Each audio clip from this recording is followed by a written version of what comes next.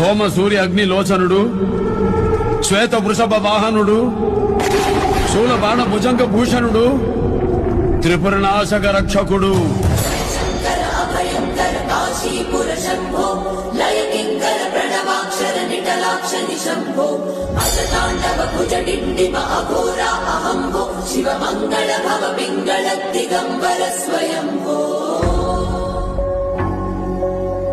ఇప్పుడు జనాలకి నువ్వు కావాలి.